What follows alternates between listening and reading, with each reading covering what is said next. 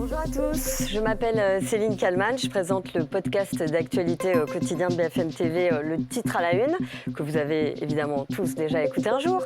Et je suis très heureuse d'être avec vous aujourd'hui pour cette conférence de presse. Nous sommes ici pour vous présenter la création de BFM2. C'est la nouvelle chaîne du groupe RMC BFM. C'est une étape très excitante et très importante dans l'évolution de l'offre médiatique de BFM TV.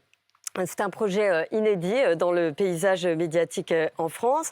D'abord et avant tout, je vous demande de prendre votre téléphone portable. Vous pouvez télécharger l'application en QR code que vous voyez ici. Et chez vous, vous pouvez désinstaller, enfin pas désinstaller l'application, mais en tout cas la fermer et la remettre à jour pour ainsi voir apparaître BFM2 qui sera juste à côté de BFM. Et je vous propose de regarder tout de suite la bande-annonce de BFM TV. Plus que jamais, l'actualité est partout et les événements sont multiples. BFM TV, la chaîne de référence de l'information, lance BFM2. Afin de vous en montrer encore plus, 2 fois plus. BFM2, c'est une deuxième chaîne live, 100% digitale. Pour tout voir et tout savoir.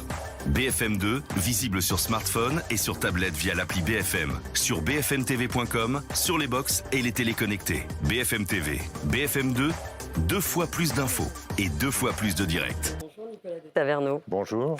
Qu'est-ce que représente pour vous cette journée avec le lancement de BFM2 ? Donc j'arrive dans ce groupe et je vois que c'est un groupe d'entrepreneurs puisqu'il crée sans arrêt des activités nouvelles dans le domaine de l'information notamment.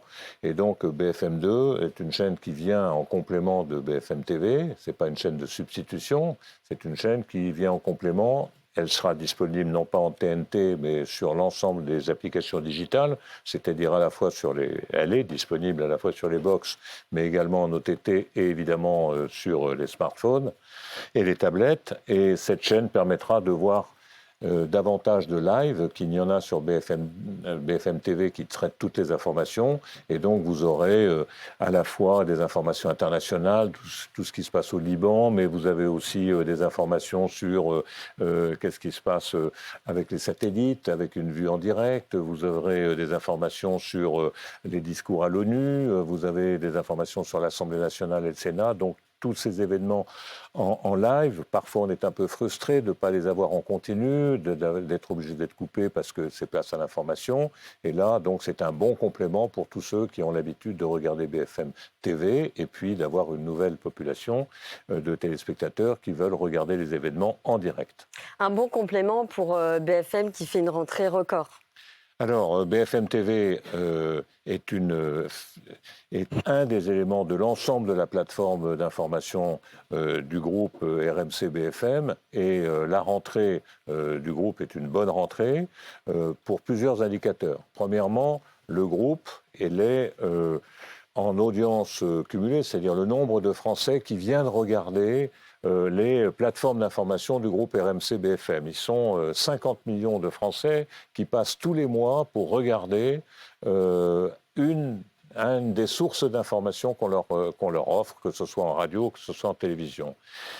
Sur la chaîne BFM TV, elle a progressé de plus d'1 million de personnes qui chaque mois viennent la regarder. 44 millions de Français viennent tous les mois regarder un moment BFM TV. Et tous les jours, c'est 12 millions et demi. Donc, c'est un chiffre considérable, considérable. Donc, on a une responsabilité dans l'information. C'est pour ça que ça doit être une information objective, une information pluraliste, une information qui doit être une chaîne des opinions et pas une chaîne d'opinion. Donc, ceci fonctionne bien et c'est probablement aussi la raison pour laquelle nous sommes première chaîne très loin, non seulement en audience cumulée, mais en audience dite instantanée, sur les plus jeunes, c'est-à-dire les moins de 50 ans. Et comme Marc-Olivier Fogiel et Hervé Béraud sont un peu taquins, ils m'ont laissé la place de deuxième au mois de septembre et je crois au mois de juin pour qu'on soit un peu plus motivés pour reconquérir notre place de première. Ben, croyez-moi, on va tout faire pour le tenter. Mais il faut dire aussi que nous sommes première chaîne sur les moins de 73 ans.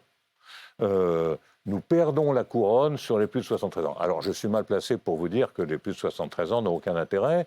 Ce sont des Français comme les autres. Mais on ne donnera pas votre âge, évidemment. Il faut relativiser la performance et la perte de couronne, si j'ose dire, de la place de premier. Mais comme on veut rassembler tous les Français, on va se battre également pour avoir un certain nombre de plus de 73 ans sur nos antennes.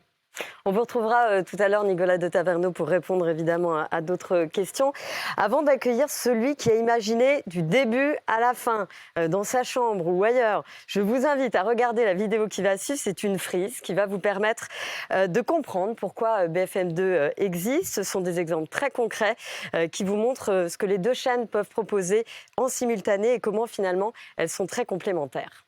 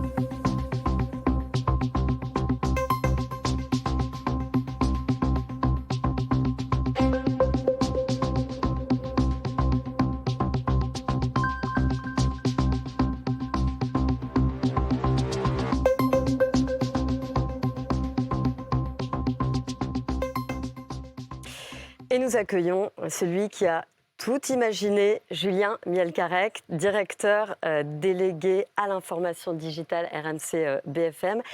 Julien, comment vous est venue l'idée de créer BFM2 ?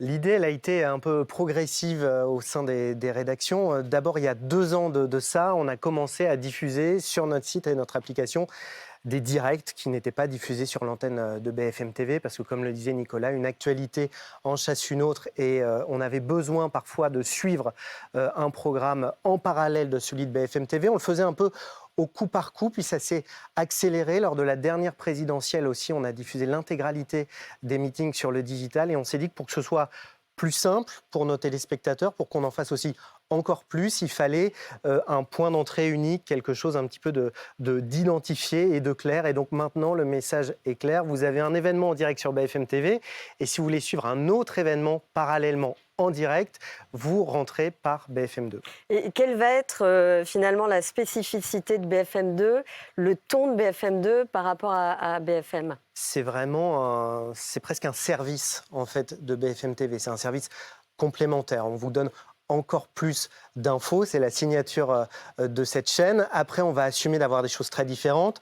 Il n'y a pas de grille des programmes comme sur BFM TV, il n'y a pas de plateau comme celui-ci, il n'y a pas d'incarnation. L'idée, c'est de se dire que dès qu'on a un événement en direct, on le diffuse. Il peut être de plusieurs types, il peut être commenté, sans commentaire, il peut être avec des gens, on a pu l'apercevoir dans les images qu'on vient de voir, des journalistes de BFM2 qui commentent un événement depuis une cabine. Donc ça, c'est vraiment très différent d'une chaîne linéaire classique. Aussi dans l'habillage, vous l'avez vu, on a choisi des couleurs qui sont dans les codes du digital. Il y a aussi en permanence ce L qu'on retrouve souvent dans les streams YouTube, qui vous permet de savoir exactement ce que vous voyez, quel est le prochain direct que vous allez suivre. Et justement, quels vont être les moyens, ou quels sont les moyens dédiés à BFM2 ? Alors, on a agrandi l'équipe vidéo-audio d'Athénaïs Keller, qui est la rédactrice en chef digitale de la vidéo et de l'audio sur BFM TV. 5 personnes à 100% sur BFM2 sont venues compléter cette équipe. Ça fait donc une trentaine de journalistes aujourd'hui qui font du digital en audio et en vidéo sur BFM TV. Et aussi tous les journalistes en fait, de BFM TV, puisque vous allez retrouver sur BFM2 les gens que vous avez l'habitude de voir sur BFM TV, parce qu'évidemment, ils sont déployés partout en France et dans le monde. C'est une richesse de BFM TV par rapport à ses concurrents, et donc on va aussi les retrouver sur BFM2. Juste avant qu'on démarre, Clémence Dibou, qui est à Tel Aviv pour BFM TV, faisait un live là sur BFM2 où justement elle racontait un peu la situation ce matin et aussi la façon dont elle travaille. Et ce sera peut-être aussi parfois plus en longueur. Ce sera plus en longueur, exactement. On ira aussi un peu plus sur le travail de nos journalistes sur le terrain. Ils auront aussi plus de temps puisqu'on n'a pas de contrainte de format, comme sur une chaîne. Et donc, ils peuvent être en direct pendant 5, 10, 15, 20 minutes, voire plus. Et quand on regardera BFM, est-ce que parfois un journaliste pourra dire rendez-vous sur BFM2 pour suivre cet événement? Alors, il y aura des renvois, oui, bien sûr, entre les deux chaînes. Voilà, comme je le disais, c'est un service. Donc, on va expliquer aux téléspectateurs de BFM TV. On va regarder, là, on est en train de suivre tel événement. Et il y en a un autre qui est en train de se dérouler sur BFM2, qui peut être d'ailleurs de n'importe quel ordre. Cet après-midi, vous pourrez suivre la conférence de presse de Luis Enrique, l'entraîneur du PSG, sur BFM2, par exemple, pendant qu'on sera sur le reste de l'actualité sur BFM TV. Et puisque vous travaillez beaucoup et que vous avez beaucoup d'idées, vous avez aussi développé BFM Radio.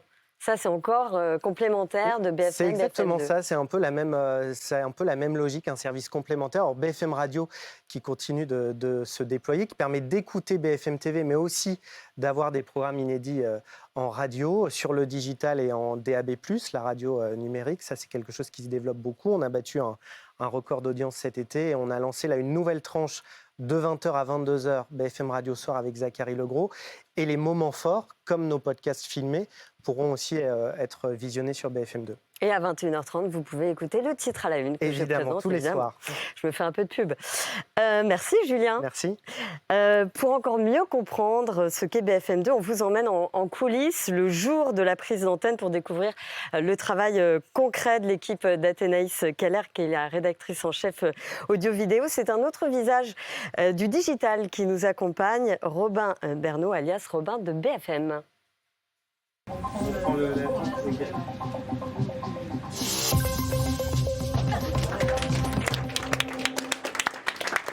Salut, c'est Robin de BFM. Aujourd'hui, je vous emmène découvrir les coulisses de BFM2. C'est notre nouvelle chaîne. Mais au fait, c'est quoi BFM2? On va demander à Hervé Bérou, c'est le directeur de l'information chez RMC et BFM. C'est le lancement d'une nouvelle chaîne, un nouveau BFM, BFM2. 2 fois plus d'actualité, 2 fois plus de direct sur les chaînes de BFM. BFM TV, tout le monde connaît, évidemment, mais BFM TV traite une actualité à la fois. Ce qui n'est pas sur BFM TV, vous pouvez le regarder sur BFM2. Il y aura des commentateurs qui seront soit sur le terrain de l'actualité, soit dans une cabine de programme ici dans nos locaux. On a une équipe de 3 journalistes fixes, on a aussi pas mal de pigistes qui viennent nous aider. Tout est piloté d'ici et le but du jeu, c'est qu'en fait on a développé un outil spécial qui nous permet de piloter toute l'antenne via une sorte de playlist en fait. Et donc on décide ce qu'on diffuse et on met les uns après les autres des éléments qu'on a envie de diffuser et toute cette chaîne-là, on peut la couper quand on veut pour prendre le canal en direct.